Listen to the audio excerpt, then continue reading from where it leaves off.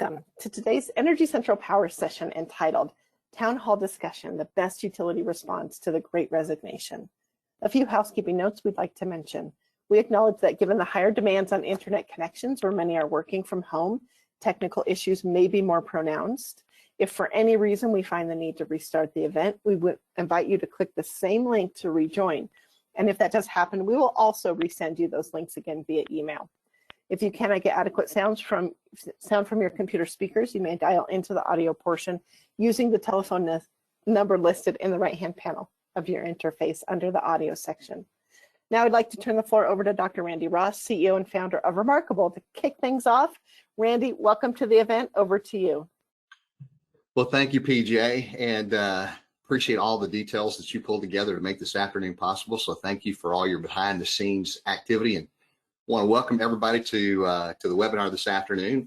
Good afternoon, good morning, or good evening, wherever you may be dialing in from, because I think we have an international audience, which is kind of exciting that we have that broad participation on today. But before we get too far into the program itself, we wanted to have a special thanks to our sponsor, which is CVG Staffing Solutions, for making this afternoon possible. CVG specializes in the energy infrastructure sector and provides nationwide workforce solutions by providing staff augmentation of professional, technical to industrial skilled craft resources. We'd also like to thank our partner, Utility 2030, for helping us pull this event together and making it wildly successful, because this is a topic that I know that everybody is interested in. Before we dive in to the deep end of the pool and talk about specifically the Great Resignation, let's take just a minute and let the panel introduce themselves. And Kevin, since you're representing CVG, would you do us the honors of telling us a little bit about yourself and what brings you to the table today? Sure.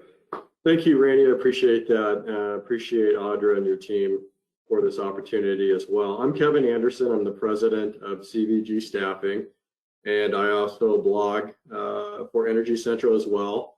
And so I don't know if you've seen it, but 21,000 people have hit and seen what I've written. So it's an exciting time to be a part of this and discuss and just kind of get the cogs churning, and as a sector, as an industry, that we could try to come up with some solutions of what we're all facing.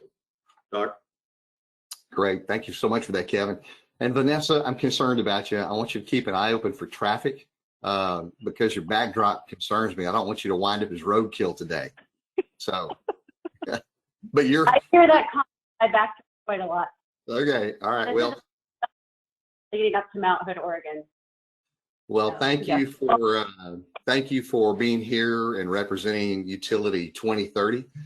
Greatly appreciate the work that you're doing and excited about your platform. So tell us a little bit about who you are and a little bit about 2030. Yeah, thanks, Randy. My name is Vanessa Edmonds again. I'm the executive director of the Utility 2030 Collaborative. We are a membership-based organization made up of vendors and utility company professionals that are working towards customer centricity goals. So we have this integrated workspace that's a platform and content that we crowdsource and we co-create, and we bring down from the internet things that are relevant, and we work on projects together. So an example of that might be, if you're a utility trying to build a voice to the customer program, we work together on resources to help you figure out how to do that. Our interest in this is we know that the utility of the future has to be led by the leader of the future, and so we're very invested in our members and really trying to contribute to their leadership development. Fantastic. Thanks, Vanessa. And Audra, thank you, because we are grateful for you hosting this event. And so tell us a little bit about yourself. Thanks, Randy. First of all, I wanted to do a shout out to Kevin and Vanessa. They've both been very active in the Energy Central community, and that helps keep things going in the community side of things. Just to give a little background about myself, I'm the Vice President of the Energy Central Power Industry Network. I help professionals in power industry through the development and management of topic-specific communities on the Energy Central platform. In my role, I oversee the community's day-to-day operations, develop and implement new products and services that help our community members to share, learn, and connect in a collaborative environment. I've been with Energy Central since 2000, so a long time, 22 years. And through the years, I've had the opportunity to develop and launch products and services to help the industry. One of the ones that I'm most proud of is in 2000, I developed and launched at the time what was one of the first online career sites for the power industry, energycentraljobs.com. And the site's still live and heavily being used today. So I'm incredibly proud of that. For some of you, if you remember the purple penguin, that was me. We were at a lot of trade shows. We had that find that purple penguin, and that was kind of like find that rare and hard to find candidate. In recent years, I've focused more of my time on the development of our community platform, and I've worked with our Energy Central team with the launch of our Power Perspectives podcast series, our power sessions, and our marketing services partnership offerings. If you haven't already, I invite you to check out the community platform at energycentral.com. And I also invite you, if you're looking to help hire or recruit people, to check out our career site at energycentraljobs.com. So thanks, Randy. I'll toss it back to you. Awesome. Well, thank you, Audra. And I am Dr. Randy Ross, and I'm going to be your host this afternoon, or your moderator for this panel discussion. I am an author and a speaker. I travel the country and talk to groups about leadership-related issues. Our organization is Remarkable.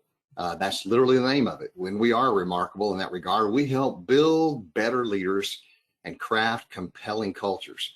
And so we talk with organizations, both for-profit and not-for-profit, about how can they create environments that inspire people to bring their best to work every day. And so it's my pleasure to be able to welcome you this afternoon to our Power Session event.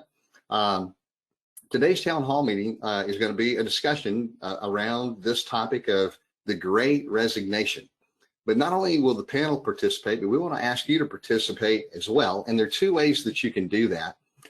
If you have something that you'd like to contribute to the conversation, then all you need to do is just raise your hand, and we will acknowledge that. Either PJ or Audra will let you into the conversation. It may not be after every question. It just may be periodically throughout the course of this dialogue related to our topic today. But raise your hand, let us know briefly what you'd like to contribute, and then we'll try to get you involved, and we'll unlock and give you access so that you can unmute yourself and participate. Another way you can participate, if you are a little bit shy or nervous about coming on with your voice, you can always, in the chat box, list any questions that you might have, and then we can also inject those into the conversation as we move along. So thank you for being here, wherever you may be calling in from, and we'll dive straight into the topic for the day. The Great Resignation. It's a topic of interest to everyone in HR, and all C-suite leaders should be engaged in this conversation as well, because when we're talking about our workforce, these are some challenging times like we haven't seen in quite some while. You know, it was back during the pandemic, when it early broke out, there was a favorite meme, probably one of the most popular memes that I ran across. And it was of a little boy. His name was Ben, and Ben was writing in his homework journal in pencil, obviously a young student. He was observing all that was taking place around him. The pandemic had left its mark. His parents were scrambling to get access to the right information. He was experiencing having to stay home and being tutored by his mother and dad. He saw his mom and dad working on top of each other at the house because they were both remote in the workforce. And finally, Ben, in his homework journal, penned what I think many of us have felt over the last 2 years. And let me just read to you what he put in pencil in his elementary school binder. This is what he said. At the top, it just says Ben, and it has the date, 3/16/20. And then it says homed school. I love that, homed school. And here's what Ben wrote. He said, "It is not going good. My mom is getting stressed out. My mom is really getting confused. We took a break so my mom can figure this stuff out. And I'm telling you, it is not going good." Well, I don't know how you felt over the last 2 years, but all of us have been stretched to the max. And organizationally, we're trying to find a new normal.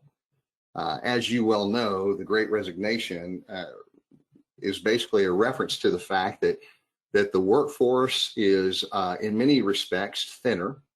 There are more job openings than we've had in quite some time. it's not necessarily because people are quitting work, but there's being a reshuffling of the deck. There's a great deal of movement in the marketplace when it comes to the workforce. And so the question for all of us, particularly as HR leaders, is how are we going to effectively address the dilemma that we're in, where we're having a challenging time staffing up with the right people? Because as you well know, having the right people and building the right culture is absolutely essential to our success. So this afternoon, this conversation is hopefully going to bring some thoughts and some ideas to the table that will help you sort that all out. Hopefully it will encourage you, and we'd like to give you some resources as well that might be beneficial for you as you move forward. So having set that up kind of as the preamble, I want to go ahead and dive into our first question. And that's a pretty straightforward question. Just now that we're facing the Great Resignation, or what some people are calling the Great Awakening, what do you think is causing people to quit or switch jobs in record numbers? A lot of people are waking up to the fact that, you know, they have other options, creating quite a dilemma, a conundrum in the marketplace. So, Kevin, what do you attribute as some of the causes for this this churn that we're seeing in the workforce? That's loaded, right? We see different generation coming in, Generation Z's coming into the workforce. We see young millennials. We see myself, Generation X. There is a younger generations are looking at themselves, in my opinion, saying that my skill set, my experience, my qualifications, I can put those to use doing something else, making more money, having a better life balance, doing things that I enjoy.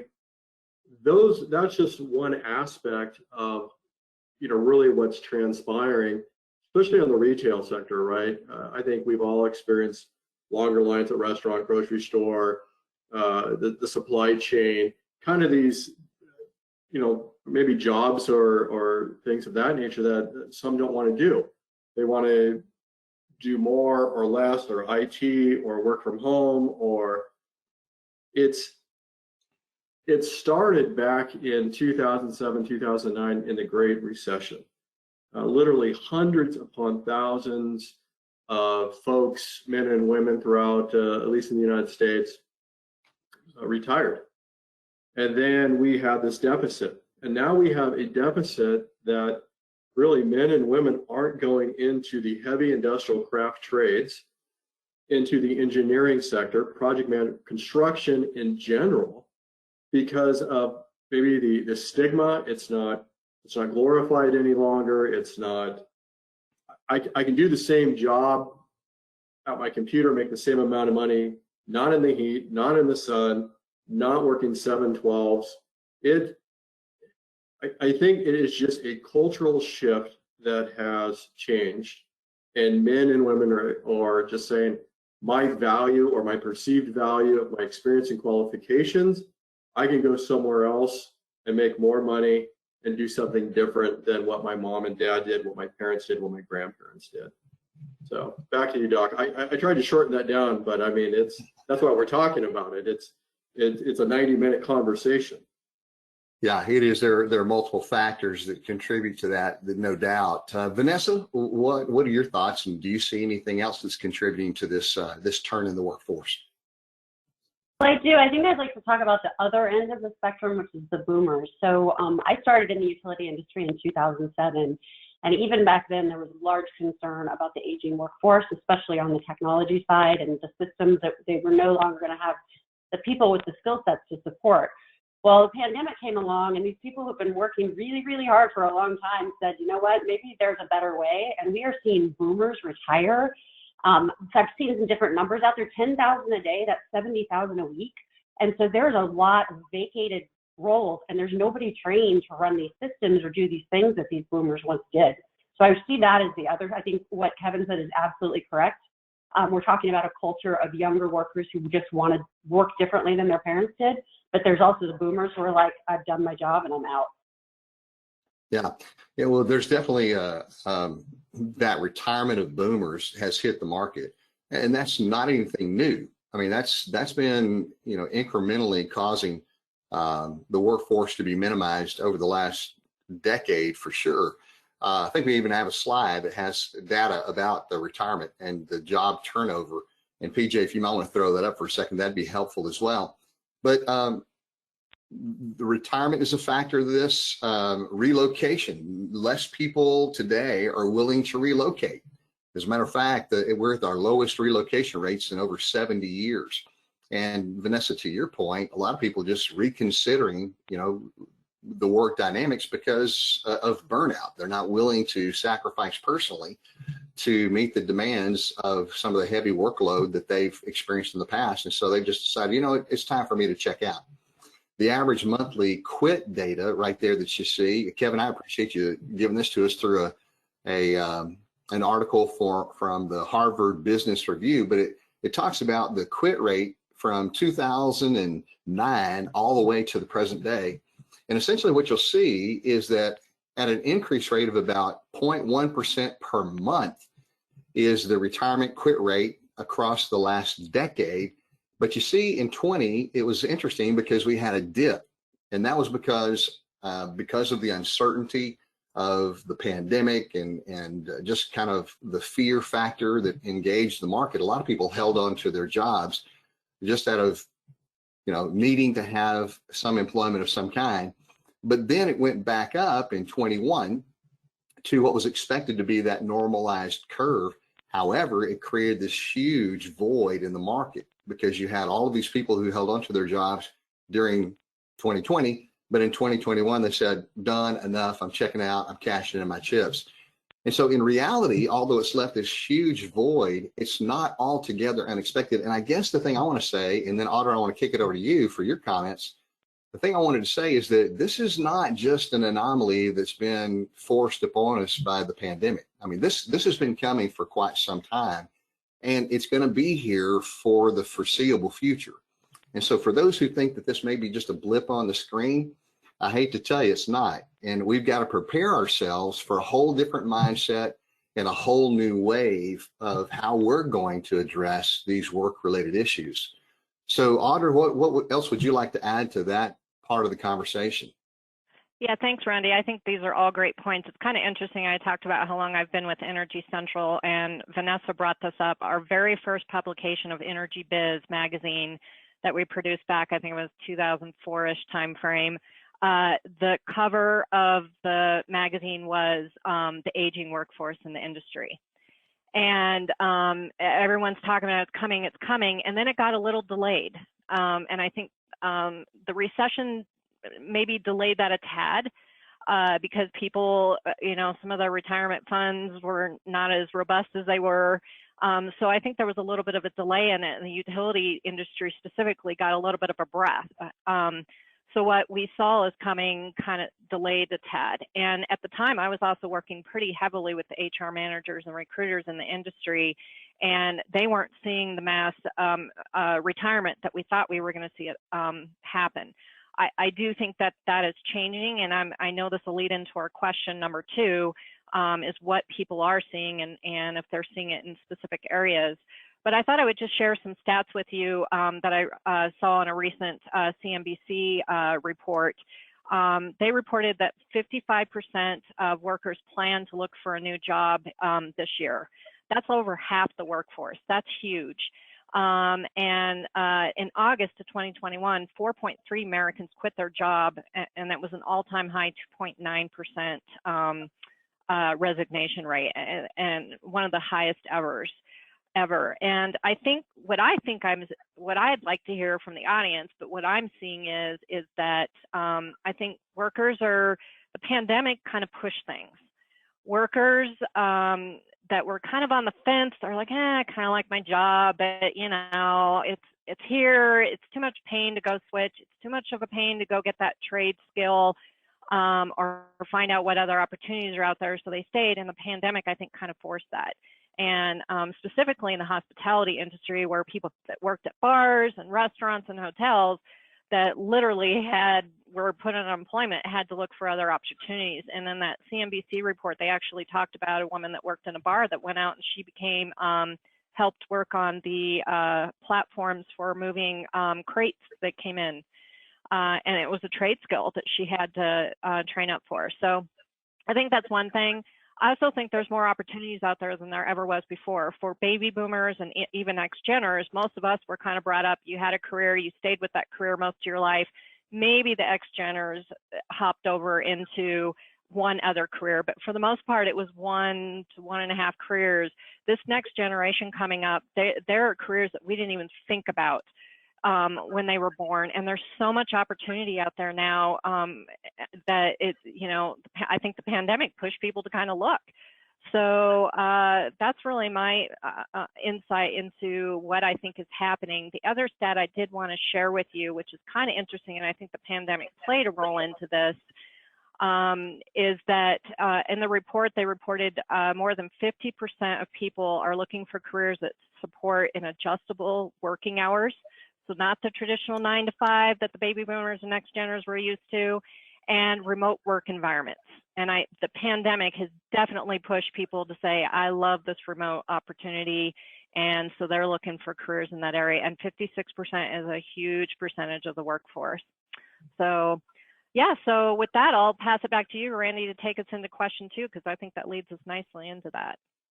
It does, and I really appreciate the fact that you mentioned the flexible work schedules, because obviously I think that's what a lot of people are looking for, because they've gotten a taste of that during COVID, and they like the opportunity to be able to be closer to family at times, so they can respond to any needs that are there in terms of caregiving. But I also think that it's now a non-negotiable. It's table stakes, if you will, when it comes to talking about what the workforce is expecting from the employer, excuse me, in terms of what are we going to be able to provide for them in terms of hybrid work, because that's definitely here to stay. But the second question is, we want to know specifically, and we'd like to give the audience an opportunity to respond, how are you feeling this impact the utility industry specifically? What positions are you seeing the most churn in? And I'll start with the panel, but for those of you who may want to jump into the conversation from the floor, please do so as well. What are you seeing in the industry right now? And I'll start with Vanessa. All right, so I mean, we're seeing in the service industries, we're seeing a mass exodus of CSRs. And I think there's reasons that we can all sort of make assumptions about why that's happening, and especially when they don't have flexible opportunities to work from home. So that is where I've been hearing that they're the most hit. Okay. Audra, what about you? Sorry, I muted myself. That's all right.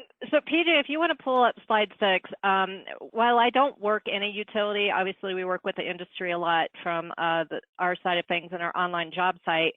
And so I did a little bit of research. I was just kind of curious on our job site to see what sort of positions were being posted, which is usually an indicator of either where you're seeing the most churn or potentially new growth positions coming up, but I think it's also where you're seeing some churn happen.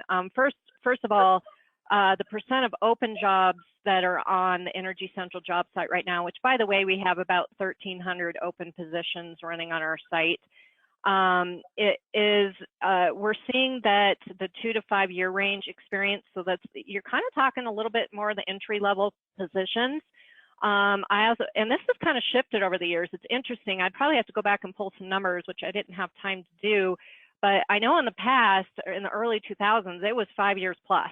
That was pretty much all the utility industry wanted to hire. And that's what we were seeing. And it was really hard for people coming out of school to kind of get a foothold. And I think that had a lot to do with the aging workforce hadn't retired yet. And also, when I worked with a bunch of utilities at the time, they were talking about it was really hard for them to get justification to bring in lower level people into the industry to train up because they just didn't have for people to co-ride with other positions. But anyhow, there's definitely a shift, and the 2 to 5 years of experience. There's still a hefty 5 years experience. Executive jobs, not so much, pretty small. And the less than 2 years, a big bulk of those are interns. There are quite a few intern jobs on our site, which is interesting. PJ, if you want to pull up slide 7, the other thing that I thought might be interesting is just to kind of see in the job categories. And I lumped some together. We have a huge list of categories to kind of help searching on the job site a little bit better. But as you can see, it's in the operations, HR, finance, legal, regulatory area is where the largest amount. It equates to, I think, about 37%, somewhere up in that range, of open positions in that field. So we're seeing quite a few people in that area. It does look like we have a question from Nicole. Let me see if I can see what her question is. Sorry, I can't. Nicole, if I can see if I can bring you to the floor, if that's okay. PJ, can you help me bring her to the floor? I don't see how to do that through the question. Yeah, sure. And I think she was mentioning also the positions she's seeing as linemen and engineers. Okay, I see. So she's seeing linemen. We do see quite a few linemen. One of the reasons that we don't, that's not kind of reported in our numbers, is Energy Central jobs by nature is predominantly for kind of the mid-level management up, because our business pretty much services those workers. So we do have quite a few lineman jobs on the site, but that's typically not who we reached as much, just because of our audience on the community platform. And then of course, engineering has always been a big one for us. As you can see, that's a pretty high tick mark. And if you see in that other category, that sometimes includes a lot of engineering and stuff, but people just don't have a specific place where they can put it in our site, so they select others. And let's see, she's reading, this is from Nicole Bennett, by the way. Are there any initiatives being considered by end user clients to work with the staffing agencies to encourage younger folks to pursue higher level power industry positions, such as transmission and distribution roles, DCS engineering, senior startup and commissions, etc.? These are all areas with very high level of demand and low workforce inventory currently. Does anyone from the panel want to chime in on that? Or if anyone from the floor has any comments to that, use the hand raiser form and I'll bring you live. But right now, does anyone from the panel want to see if they can tackle that? I can tackle half of it. That's a great question. You know, on the heavy industrial construction side, you know, we used NCCER to try to bridge that gap for talent and training and bring up that next workforce. But what was it, Nicole? Was that who asked the question? It's actually I apologize. It's actually Robert Kogan. Okay, good job, Robert. That we have not addressed that in the I guess in the heavy industrial staff or sector to say let's work that out, let's figure that out, let's go partner with colleges or start writing process and procedures. I can't speak to that, but I know we utilize NCCER for the secondary heavy industrial craft. Vanessa, do you have anything to add on this? No.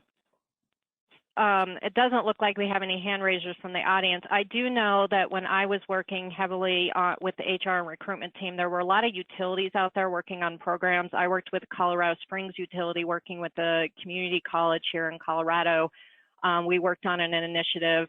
The first initiative was just to get awareness of the industry. And so something for utilities and recruiters to think about is see if you can get your foot in the high schools, the community colleges, the trade schools, and just make them aware. The utility industry is kind of one of those industries that people don't think about. It's not like super fun or exciting like maybe telecom is, or healthcare right now is getting a lot of attention. And so when you're in high school, who thinks about, oh, I can go be a power plant operations manager, or you just don't even know that those jobs are out there. So we worked with Colorado Springs Utility to go out and get in front of a bunch of high schools and stuff, and just let them even know that these careers are there. And I think that's a great way to even just get started if your utility is trying to work with your local high schools and colleges to do some sort of program where maybe you can come in and present on what is the utility industry, and that there are a lot of exciting things happening right now and a lot of opportunities. So hopefully that addressed. When I was sorry, Doc. I know when I was working for a large EPC contractor, we recruited out of the military, especially with any of the Navy nuke background, so they could understand the whole turbine cycle, power plant operations, and things of that nature. But even those, even that, the amount of young men and women that are going into the service, learning that skill set, that's even diminishing as well now. So that used to be the big pull, right? Military, Navy nuke, anybody that's got it can walk into a plant and start their career path. Well, I do think it's really important to catch this next generation at an early stage, because one of the challenges that we face, and it's interesting, I was watching Mike Rowe from Dirty Jobs on a podcast, and he was talking about bemoaning the fact that in so many of our high school programs, we no longer have vocational technical programming. And what we sent this message to the younger generation that everyone has to go to college, but college isn't for everyone. And there are incredible jobs out there in the trades. In many situations, you can make a lot more money in the trades than kids who are coming out of college with all of this debt over their heads and no opportunities in the marketplace. And I think we've done a great disservice when we have minimized those opportunities, and we haven't really taught the younger generation that there are alternatives. There are great ways. There are 1,000 different ways to make a good living, right? And we need to get back involved at that level of the education and begin to shift things so that we do have a robust workforce. I think it's a great opportunity to get involved at the high school level. Let me go to the third question here. We've historically placed a great emphasis on employee engagement as a means to retain top talent. But are you seeing those factors that create engagement as a result of the challenging times that we're experiencing right now? Are you seeing those same factors be as effective? And I have a few things I want to share at this point, but I want to turn it to the panel first. So Vanessa, I know this is kind of near and dear to your heart. Give us your thoughts there. So when we think about employee engagement, it's everything, right? But if we think about, we keep talking in the industry about how CX is changing, what customers want is changing. We have to start thinking about employees as our customers. And so what they want and how they want to engage is completely changing. I read an interesting statement, and it says, employees join companies, but they leave managers. And the onus, if you think about that, think about the times you've left jobs. It's usually been because you've had a bad boss. And things are changing where people don't want a boss anymore. They want a coach. And managers have to rethink how they're communicating. They have to have more of a we. I know, Randy, you do this really well. When you talk about your company, you never say my people or, my employees. You say it's always a we mentality. And that makes people feel empowered in that sense of belonging. So this, I'm your boss and I'm going to talk down to you. It's not working. And that's why people are leaving for the most part. Yeah, absolutely. That's a great point. Audra, Kevin, y'all want to chime in here? Yeah, I was scribbling down some notes. CVG is owned by Compost EPC. And so I run the professional services division for Compost EPC, and they play in the utility space. So the Compost is, starting from Marco Compost, who owns us, transparency was the key in employee engagement.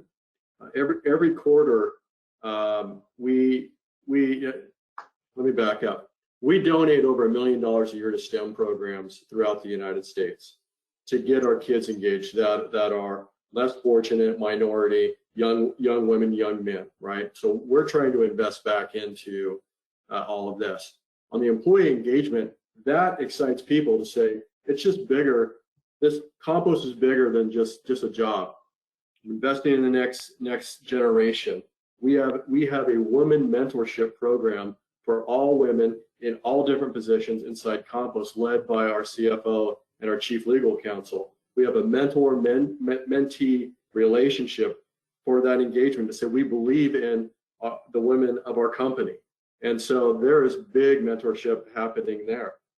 Again, transparency, and then just to pull on what Vanessa was saying, what drew me to Compost was the what do you need from me?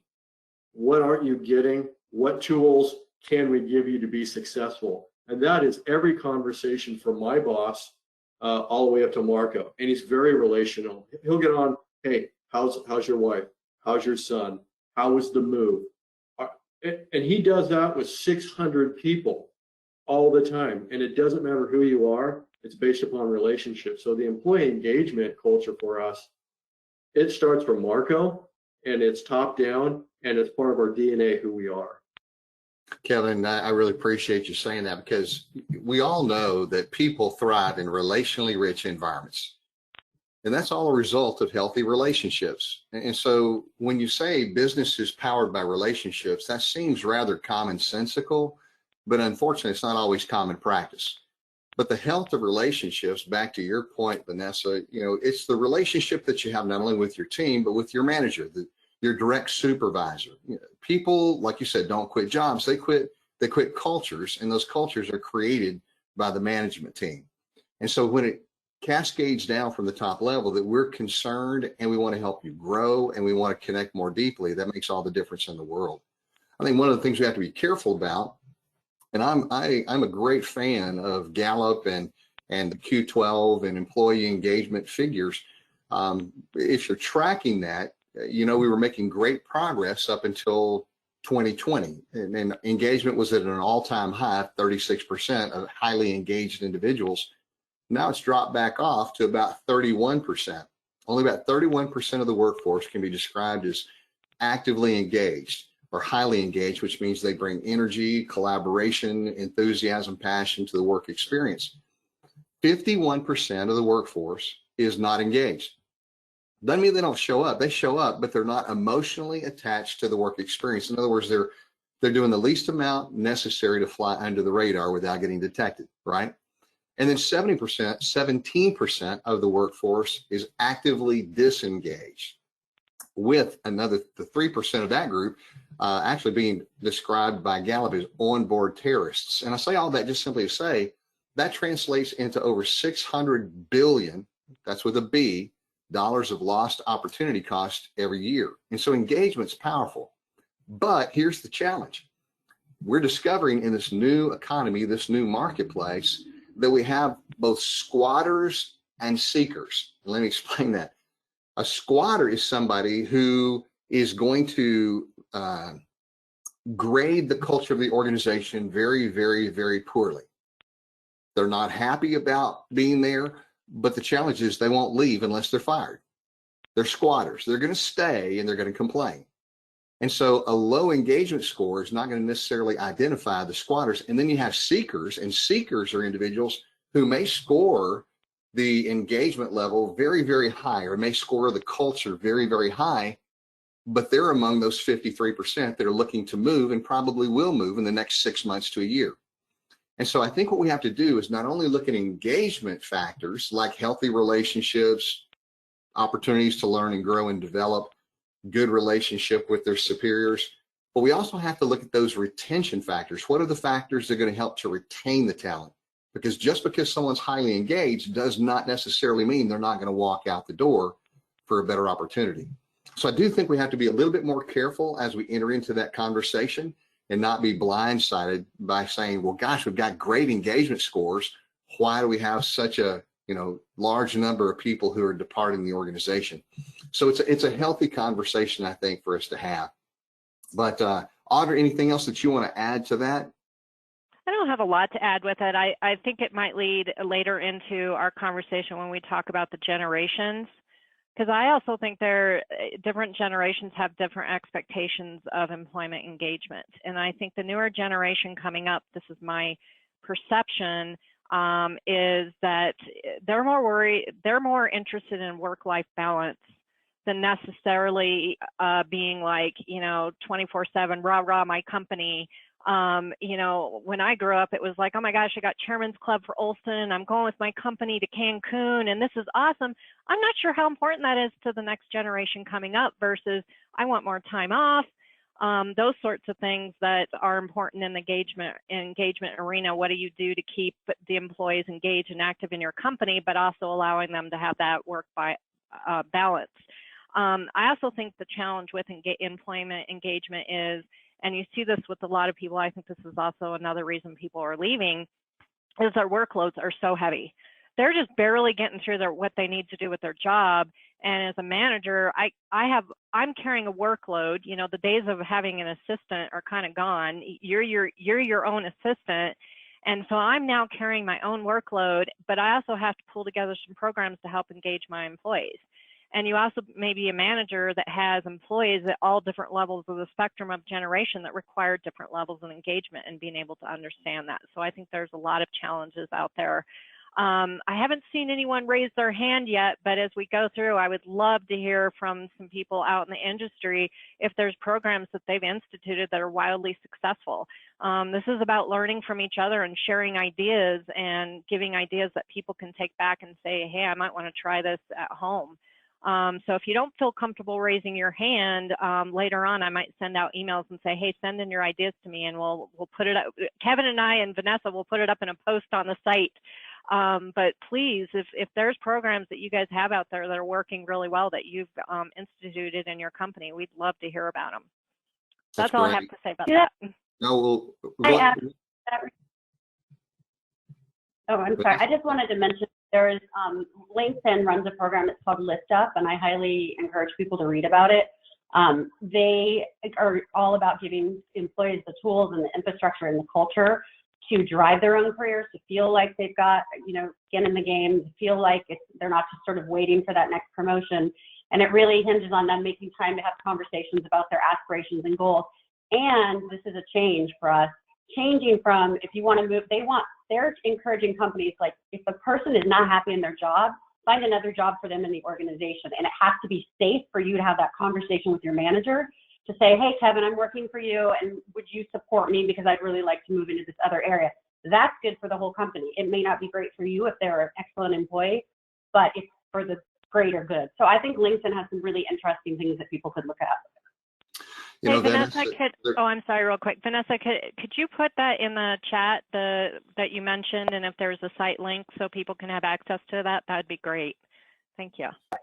Yeah, I appreciate you adding that to the conversation, Vanessa, because I think there's a difference between career pathing and career crafting.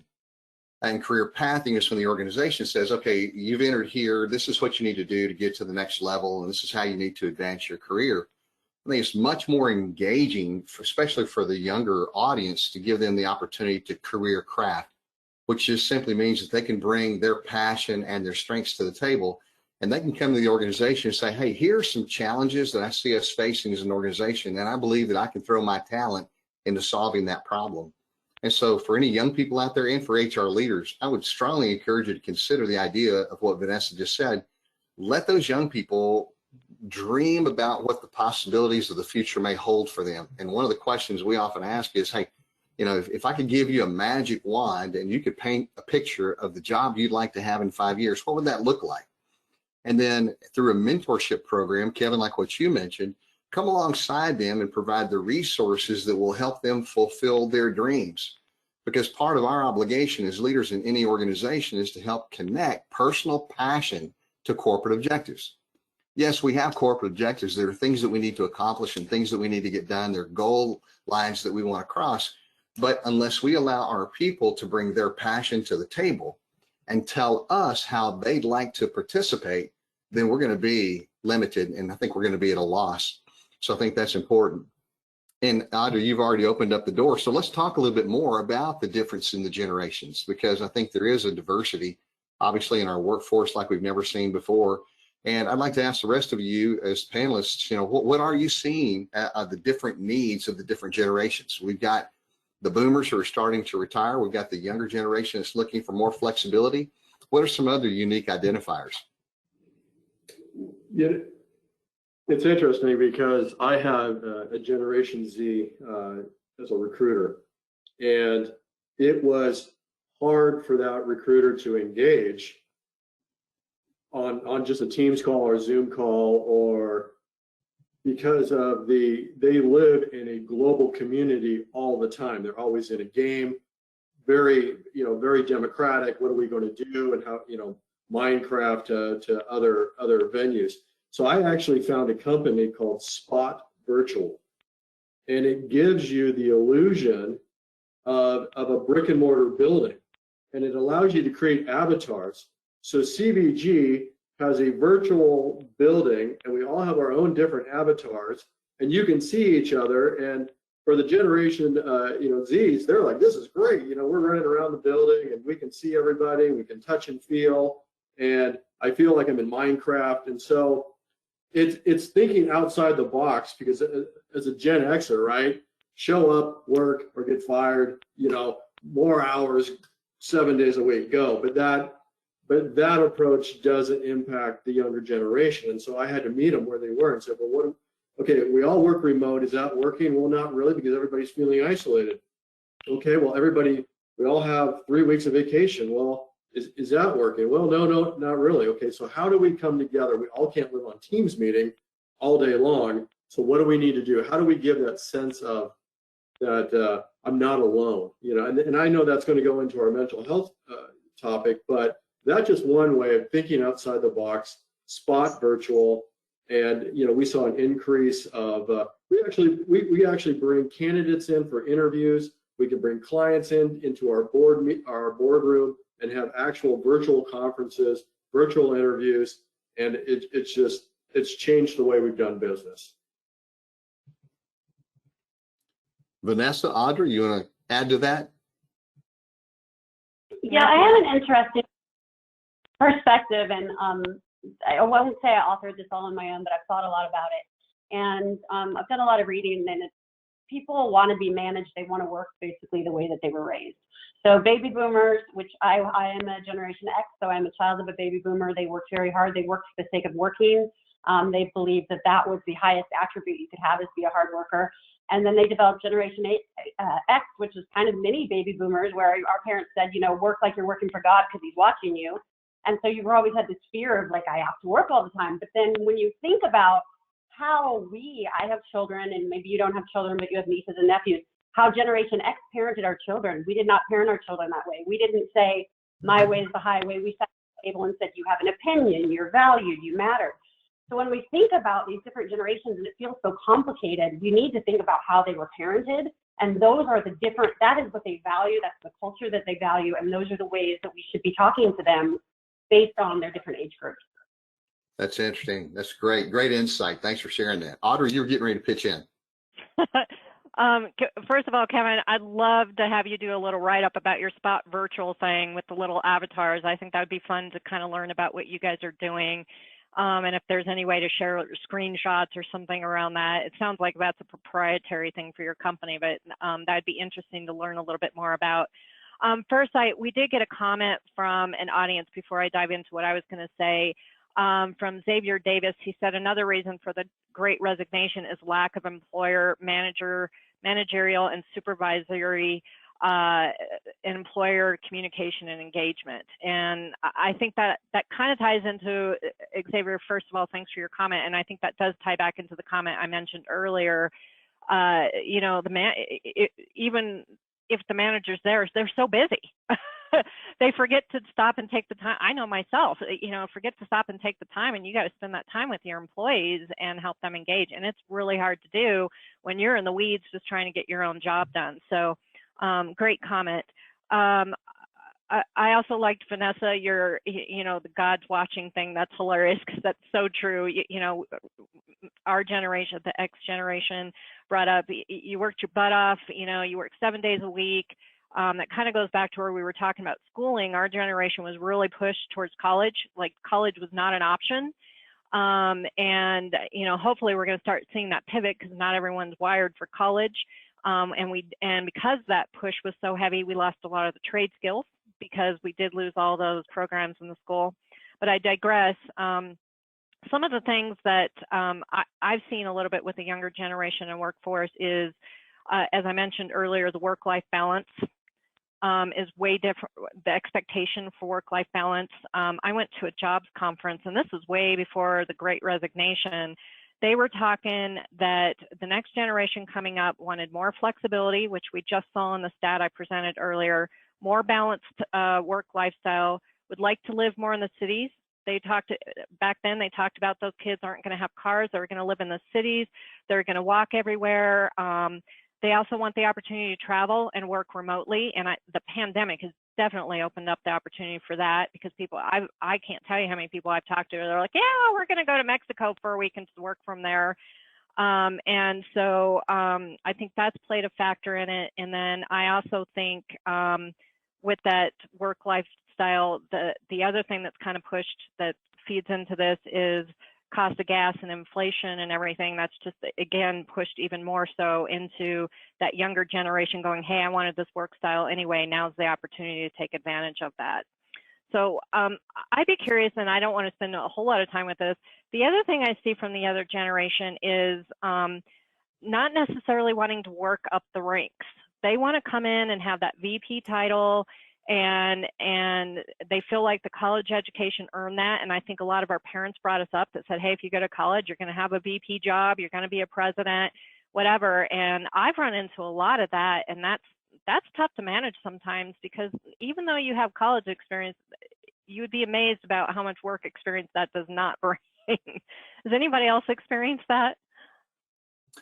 Well, definitely experienced that, but I think one of the things that you can do, and I'm going to refer back to Kevin again, is that while you can't give everybody the title, what you can do is you can develop a mentorship program, and you can make sure that they understand that, hey, we're going to give somebody, to you that can help spend time and guide you in the process. And I think just the fact that there's that intentionality of helping them think through their career advancement, and also modifying expectations as well. Because when you try to modify expectations without the relationship, is a very challenging thing to do, right? They're not going to listen. But if they have a mentor there who says, you know what, I know you're hungry, and I know you got great skills and talent. Now this is how we're going to utilize that to get you to where you want to be. And it won't happen overnight, but we can make it happen together. And I think that kind of coach, confidant, mentor of sorts can pay rich dividends in any corporate structure. Kevin, any thoughts you want to add? Yeah, there's a YouTube generation that says, if I just can get on YouTube, I can become a millionaire, right? And it's this false level of perception of, well, I can do your job, so why can't I get your title? Or how do I, I've been here a year, why can't I? And there's so much behind it. I've been in this business since 91 as a welder, and I've worked my way up through the ranks. There is a generation now that says, I don't want to move up the ranks. I just want to walk in because I can. Maybe it's a degree, or I think I can do your job. But what Audra was saying, there's a level of just life, of life experience that you have to go through as a leader, So I don't know. I guess take that for, that's what I'm experiencing. Okay, Vanessa. I want to throw out a crazy idea. And my crazy idea is, what if companies consider doing away with traditional titles? Especially in smaller companies, titles can be extremely demoralizing. Like, she works for, if you've got a really small organization. So what we strive to do at Utility 2030 is we list what the person's areas of responsibilities are. It's marketing, it's, it's research, whatever it happens to be. And we try to stay away from those titles because we're trying to think about it in a different way, so people are less focused on that and more focused on the value that they're adding through those roles to the organization. I know it's harder in larger organizations, and there's levels 1, 2, and 3, and that reflects on pay. But I just challenge people to sort of think about that differently, because maybe if we did away with that pecking order that sometimes makes people feel less than, that might help right there. So Vanessa, you know what my title is? It's founder and CEO of Remarkable, but CEO stands for Chief Enthusiasm Officer. And so that's right. Yeah. So more descriptive and less political, right? Let me shift ever so slightly. We're talking about the importance of the relationship between the employee and the manager, because that's a big part of the connectivity relationally. But it's interesting that 63% of those with bad managers right now, according to the statistics that I'm looking at, are thinking about leaving their jobs in the next 12 months. That's 63%. So that's above the 53 we've already talked about. But also at the same time, 53% of the managers are expressing that they're feeling a sense of burnout. So that's a rather staggering statistic for me, which is going to lead to bad cultural ramifications. The Army War College came out with an acronym back at the end of the Cold War, and it was called VUCA, V-U-C-A, to describe real world conditions at that particular time. And VUCA stood for volatility, uncertainty, complexity, and ambiguity. It was a VUCA world. And in many ways, I think we're experiencing a VUCA world right now. There's a lot that's changing in our environment. We're obviously talking about the Great Resignation right now, which adds additional pressure. There are a lot of components that are not settling as of yet into a new norm. And so what I have seen, and as I'm talking to leaders across various industries, is just this anxiety and stressed out workforce. And maybe it's because they've been essential workers on the front line. Maybe it's because organizations have had massive layoffs and that makes them feel very insecure about their positions. Maybe they're leaders and they haven't been able to staff up their teams. And Audra, to your point, the workload is oppressive and they just don't feel like they can bear up under the weight of that.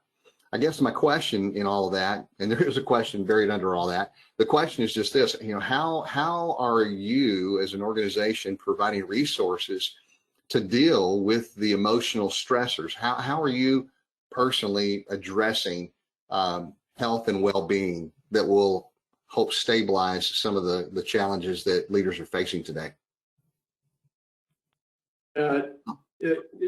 Dr. Randy, at Compost during our quarterly meetings, and this is part of the transparency in our culture, Marco, the founder of Compost, always states through it, he said, look, we all have health insurance, we all have EAP, but if for some reason something runs out of EAP or you have a deductible or a copay, can't afford it, whatever, that's not a reason not to get mental health and counseling. Call me, call your supervisor. I will pay out of pocket personally, and we will get you what you need so you don't reach burnout. And that's a big part of our culture at Compost. It's always like, don't get to the point of blowing your fuse to say you're so stressed out and mad. I'm burning out, all right, quit. We needed to be back a long time ago to have those open dialogues. Hey, I'm stressing out. And the days of, again, coming from our generation, the days of, well, men don't go to counseling or men don't share feelings or all of that is really washed away. And it's like, look, I'm feeling this. I'm feeling stressed out. This is what I need. And Marco always says throughout everybody, you need it, call me, call anyone. We will provide a means for your mental health. So I love that. But how do we get beyond the stigma? How do we help people be in a safe environment where they can raise their hand and go, hey, I need some help. Are there resources available?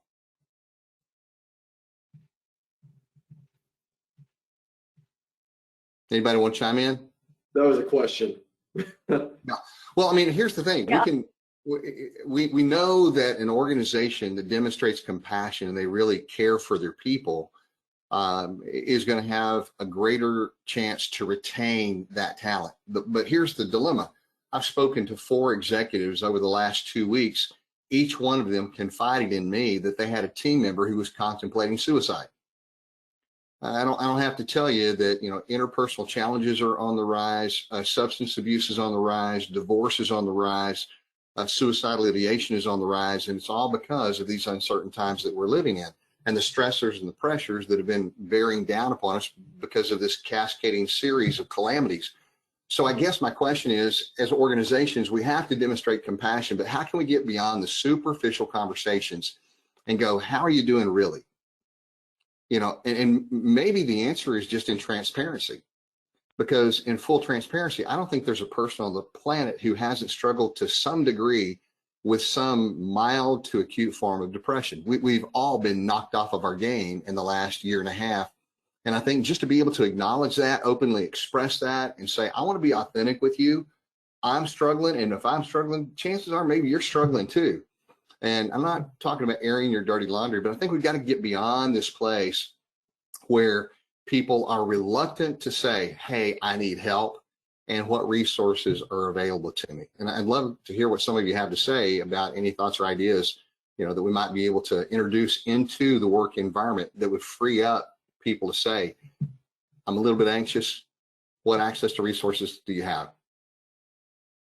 Randy, I'd like to bring up LinkedIn again. As part of that Lift Up program, they have something called a Rest Up Week. I obviously have a work crush on LinkedIn. I like a lot of the things that they're doing with employee engagement, but they give these employees this week and they say, if you just need to take the week off to rest, if you want to go do community service, we'll support that, but it's a week where they can just take a break from the grind. And I think that opens up a culture to say, we care, we know that there are things outside of work that you want to be involved in. We know that, you know, sometimes, I don't know about with your kids, but a sick day at school doesn't always mean they've had the flu. Sometimes it's a mental health day and they're just burnt out and they need a day just to sleep in. And so I think creating a culture where that's acceptable and we realize that humans are not superheroes and that we do burn out and that our companies recognize that and give us time to rest, I think is a really good place to start or end up. Maybe not start there because that's big, but I like the Rest Up Week. I think that's a good program. That's good. Audra, do we have anybody from the floor? No one from the floor, but again, Vanessa, if you want to put in information for that, PJ will share that out. I love to share resources with people because, again, this is about sharing and connecting with each other. There might be ideas out there that other people have. So again, if you're not comfortable on the floor, raising your hand and being brought to the mic, I'll be happy to read out your statements or comments too. I don't know if I have anything real specific to this particular topic, except for I think this does go back to some generational discussion. Different generations probably are approached a little bit differently. We probably need to approach them differently about this. I think the younger generation maybe takes this a little differently. I think when I was brought up again that you kind of kept work and personal separate, and that's not so much anymore. So I think we're seeing a lot of change in that. Kind of going about the time off and unplugging. I don't know if anyone, I'm bringing up, kind of let you know what I watch. If you've watched Emily in Paris recently, she goes over to Paris, and this could also be a cultural thing too, right? United States, we have a little bit different working style than some other cultures. And she goes over there and she wants to work weekends, and it's illegal to work on the weekends, right? You got to unplug, and she's not understanding this. And I think going back to also, you know, with the engagement and helping people with anxiety is maybe helping, we need, specifically in America, helping people to unplug a little bit.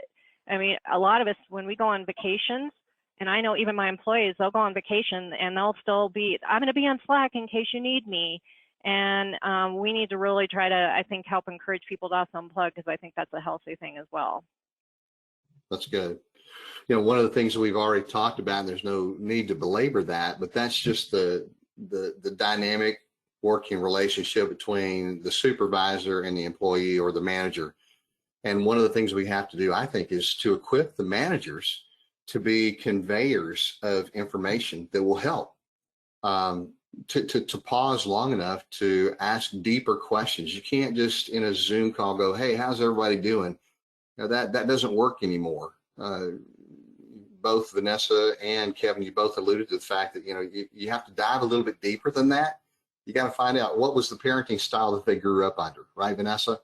And Kevin, to the mentorship, you know, moving in closely and asking those deeper questions to unearth some of those challenges that may be there. And one of the things we might want to talk about briefly is just manager development, manager training, because all too often managers may be subject matter experts, or they've been great individual contributors, but then they move into this role of being able to supervise people, and they're not necessarily equipped to do that. And so how much of an emphasis do you think is helpful to put on developing that leadership team, your managers who have responsibility for interfacing with the rest of the team? So Randy, I can talk to that one really quick. So something that I'm starting to hear about, and it's a fairly new training program, but burnout training for managers. So organizations are developing burnout training programs, and I'm sure you do some of this in your training of organizations, where the leaders are taught how to identify it before it becomes a problem and have that conversation before the exit interview. So I lost my father-in-law a couple years ago. He was CEO of Food for the Hungry, a very smart man. And from the time my husband and I were very young and married, he said, if you're ever going to leave a job, do not save that sort of verbal vomit for your exit interview. If you haven't had the courage to have the conversation while you're in the organization, then you should just wave and, you know, smile and, you know, wave goodbye. And I think that is the onus is on them, both on the manager and the employee. The employee has to feel like they have that conversation. And I think this burnout training as sort of a first step is a good thing to explore for companies. Audra, Kevin? Well, I mean, I agree 100%. I think throughout the years, I've been a studier, and you know, John Maxwell, right? So I mean, I grew up at Skyline in San Diego when Dr. John Maxwell was down there. So I mean, I had that great teaching and mentorship in his books all the way through, but things have changed so much in our industry, in our cultures, in our generations, and you know, I find myself, you know, here in the South, you say, yes, ma'am, no, sir, right? And that could one day be offensive because someone doesn't identify like that. And I'm thinking I'm being polite. And there's a whole nother dynamic coming that you know, I want to be sensitive to, you know, and I don't want to cause offense, but I at my age, I'm thinking I'm being polite. So there's a lot of training that I know that I could utilize and need and to manage and understand just this complexity of what's coming in HR, in recruiting, in this dynamic globally. Great. Audrey, you have anything you want to add? I don't really have anything specific to this question. Thanks. Good comments from Vanessa and Kevin. Well, let me throw some resources up for you. And PJ, if you'll go to the slide from Remarkable, because I would like to let everybody know that if you are interested, if you're looking for some training tools, right now there is a need to train managers on how do you convey hope and help people to alleviate anxiety in the marketplace. And we've got a program called Fireproof Hope that will help managers do exactly that. And it's also a tremendous resource for team members. And as far as manager training, we've got a whole bundle there, and you can get access to our resources both through drrandyross.com and also through createremarkable.com. And you'll see a lot of the tools that we have there that if you're looking for a good tool to do some equipping of your leadership in certain areas, we've got content there from all of our books that you might find helpful. But I think it's absolutely crucial that we not only train our managers on how to balance and juggle the life priorities that come their way, but also for that to be able to be conveyed to the teams as well. Let me talk to you about, or let's move into this idea of hybrid work, because we're talking about emotional health and well-being. And I think one of the challenges that many work groups are facing is the fact that because we are working remote, we are more isolated from one another relationally, which leads to this sense of independence for some, but for others, it breeds a certain level of anxiety because they feel like maybe if I'm out of sight, I'm out of mind. And also doesn't give, you know, great opportunity for us to have deep relational connectivity. So how do we help improve that? How do we connect the disconnected? Or maybe a different way to ask that is how do we help individuals get a deeper sense of emotional attachment in the workforce? What are you seeing, and what are you doing there? I'll chime in here if you want. If you want to pull up slide 8, PJ. I attended a recent webinar from Grammarly. I don't know if anyone uses Grammarly. It's a great little editing tool. I still find mistakes in my stuff after using that, but they were doing a report on how the connection and communication effort, and I think that really ties in here and adapting to the new normal where we're getting more of a remote workforce. And the utilities might have been a little bit more used to this because of the field operations team. They had field operations and internal operations, but I think they're also experiencing more and more people that are in the internal operations working from home. And 82% of business leaders were concerned about communication in the survey that they did, and 59% of their knowledge workers were concerned about communication. And then when it came into communication, PJ, if you want to pull up slide 9, I thought this was interesting. 49% were concerned about getting timely responses. And I thought that was interesting. We live in this world of instant messaging. I can't tell you how many, we use Slack at Energy Central to kind of keep that immediate communication. We're a 100% remote company. And if I don't respond back to somebody in Slack in 2 minutes, they're pinging me again. Did you see my message? Did you see my message? And so not only am I checking email, I'm checking Slack, and I'm, checking whatever else I need to check to stay on top of communication. But so I thought the 49% timely responses was very interesting. 37% messaging communicate clearly. And a slide I don't have in here, they talked about written communication is up incrementally, that people are spending upwards to half of their work week in writing communication. And there's so much room for misunderstanding in written communication. People misinterpret, that person was yelling at me, they're mad at me, when that person wasn't even thinking that way. So then you're spending time trying to figure out how to communicate. I wasn't mad at you, I was just trying to get something out to you in writing, so you had that tool, right? These are all these challenges that you have. Understanding messaging, 33%. Keeping up with the frequency, that's what I just talked about. So, you got 20 different people slacking you. Using the proper tone, misreading tone in emails, chat, even chats you can misread, interpret a tone, and then choosing the right platform. I will speak up again.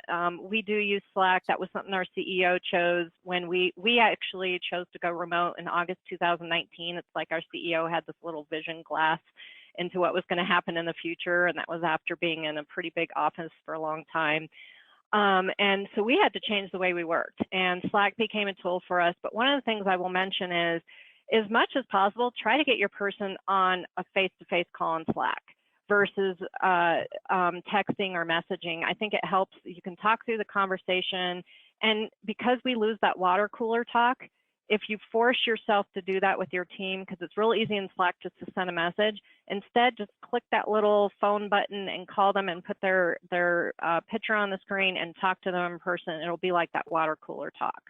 So that's just a few things I had to share specifically about the isolated team and the communication. And so hopefully that'll help a little bit.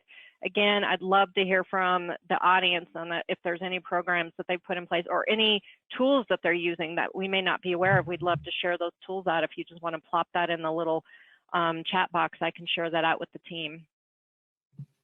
One of the rules we've implemented at CVG was, if you're on a Teams meeting or if we're using Spot Virtual, you've got to turn your camera on. You got to have FaceTime. There's no more hiding behind it, or I'm going to hide behind a text. I'm going to hide. We're going to do FaceTime. We're going to look at each other, and we're going to talk, and we're going to look at body language and tone and all of that to work through anything. I think also one of the things that's important for organizations, even though we can get a lot of work done through webinars and Zoom and all these great tools that we've been able to utilize to work remotely, the organizations that are having the greatest impact are also those that are still coming together physically in person on a regular basis, because there's nothing quite like having to have the opportunity to talk face to face and rub shoulders with your peers, your colleagues. And so I don't want us to lose sight of the fact that even though it may be more convenient for us to do this remotely, that it's absolutely emotionally essential for us to get together in person, whether that's for a developmental workshop or a conference or a retreat to get away and have some opportunity to invest in our teams.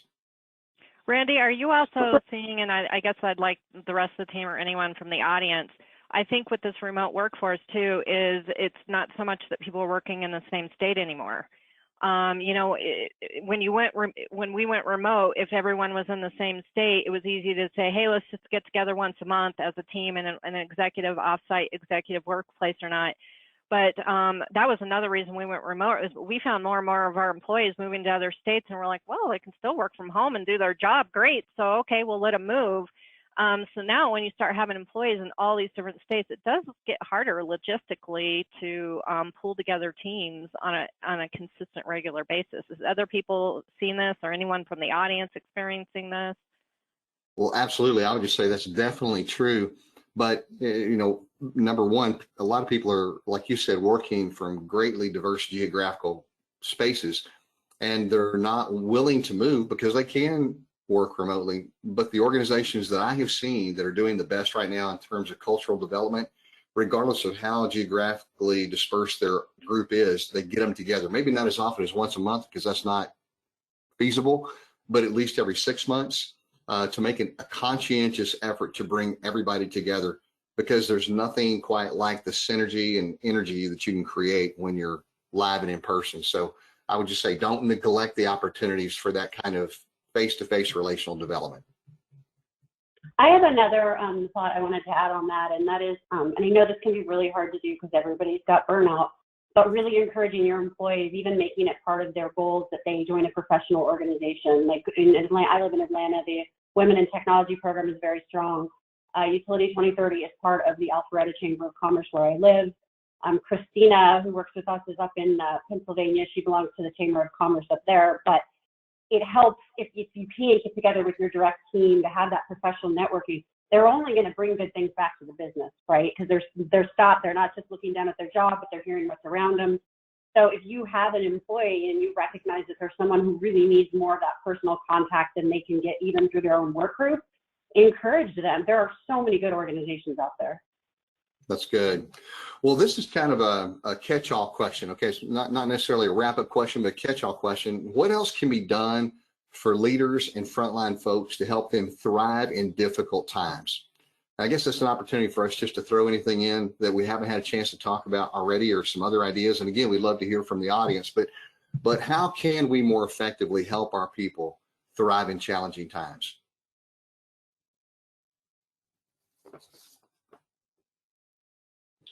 I know that at CVG, what I have to do is you've got to look past sometimes the tone and really what's driving. What is causing it? Is it really it's the straw that always broke the camel's back, right? It's the glass of milk that spills and everything just goes. So really what is it? And I think as leaders, that's what we have to recognize, right? We have to understand the person's triggering, they're operating in what. Is it fear? Is it, what perception are they looking through? And then really start working through, really reverse engineer into it and try to help and listen and bring comfort to say, well, let's talk about that, But those sort of, I think HR man, right? HR and all of us, we have to almost be a counselor as well as a leader. And I think that's what I'm trying to say is we've got to have some of those counseling classes and leadership skills as well, not just the vision and cast and grow and drive, but there's this other people segment, right? Audra, Vanessa?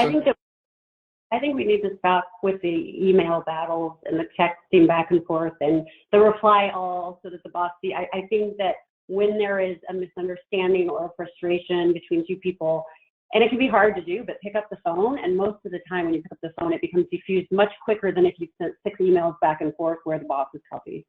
So I think encouraging everyone throughout the organization, and I know some people want the record of that communication, so you have to make those decisions, you have to be discerning.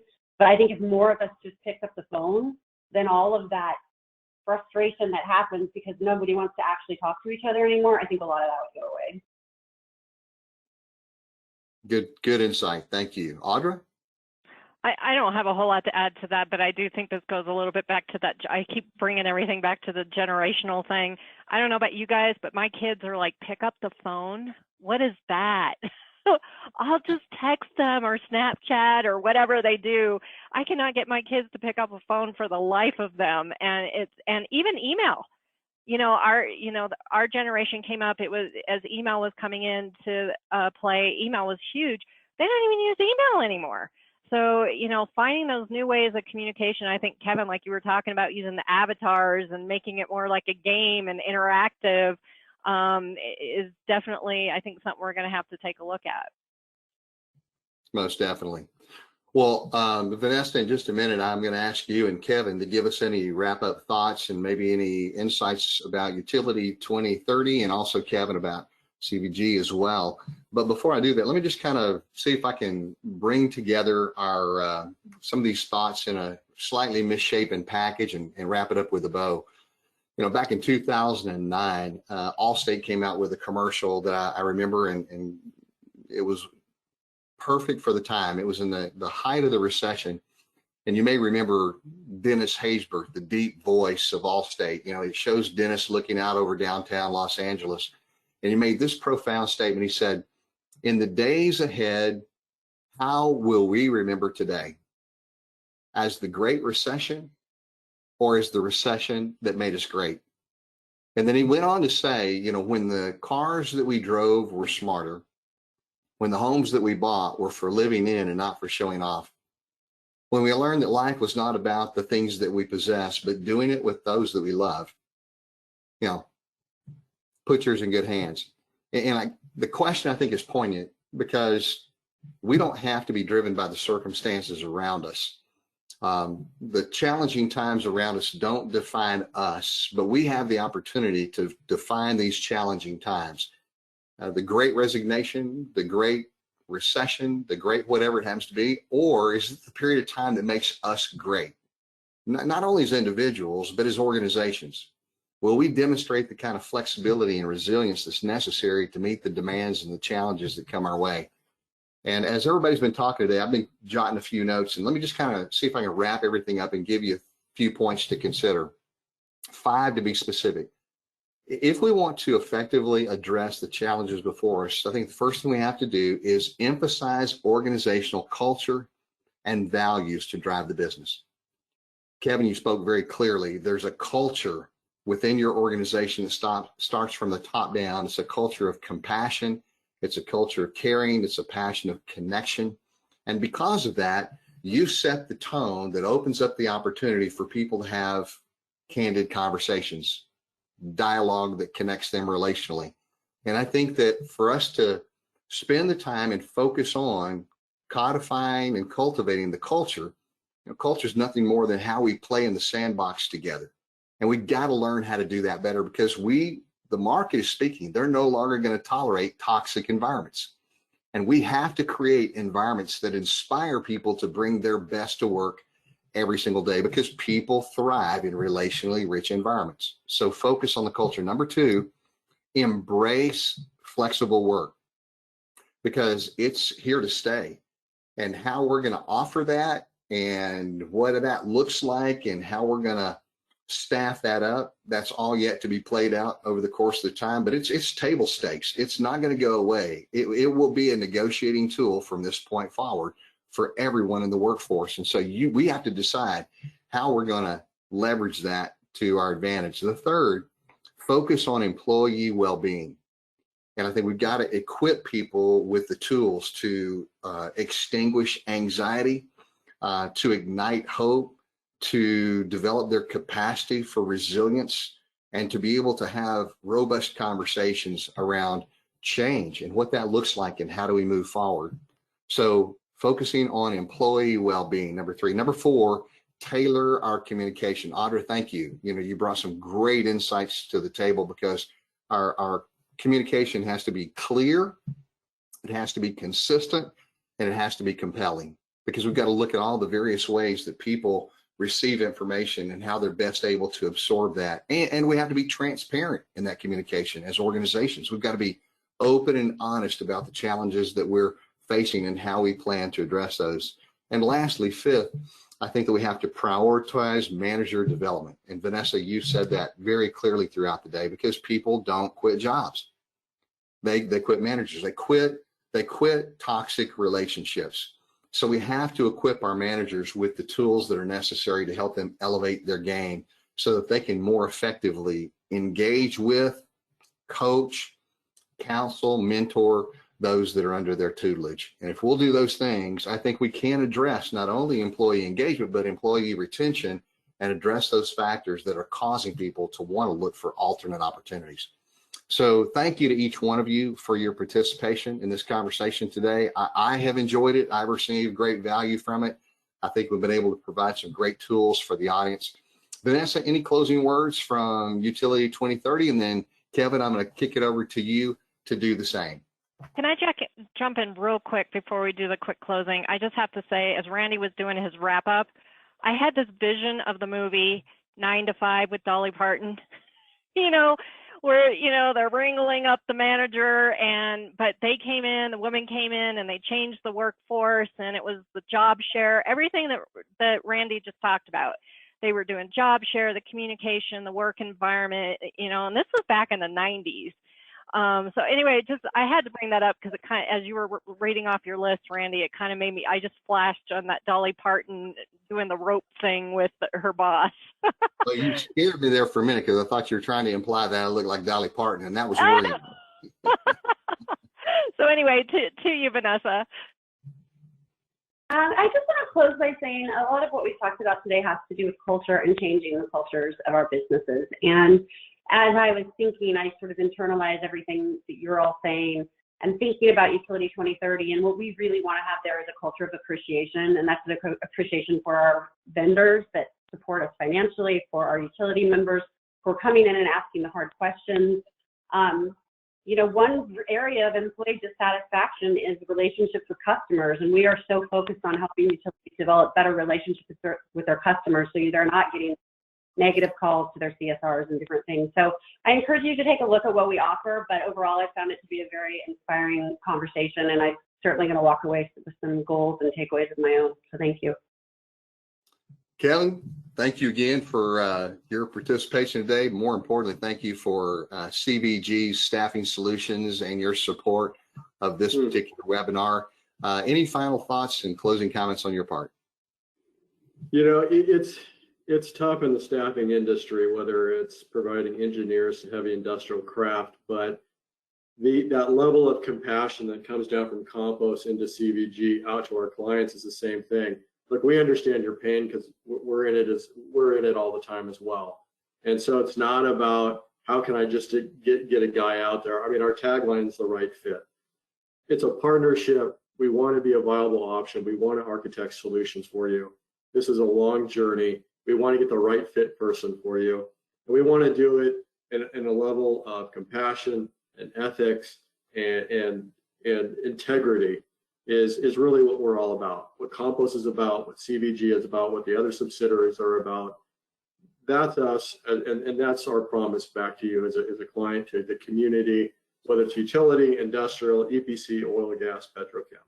So I just wanted to say thank you, Dr. Ross, Vanessa, Audra, and just, this was an article, a year ago that I wrote, through an Energy Central, and we've been talking about it ever since, and I'm blessed. I'm blessed that almost 22,000 people have read what I've wrote. I'm like, that's just crazy.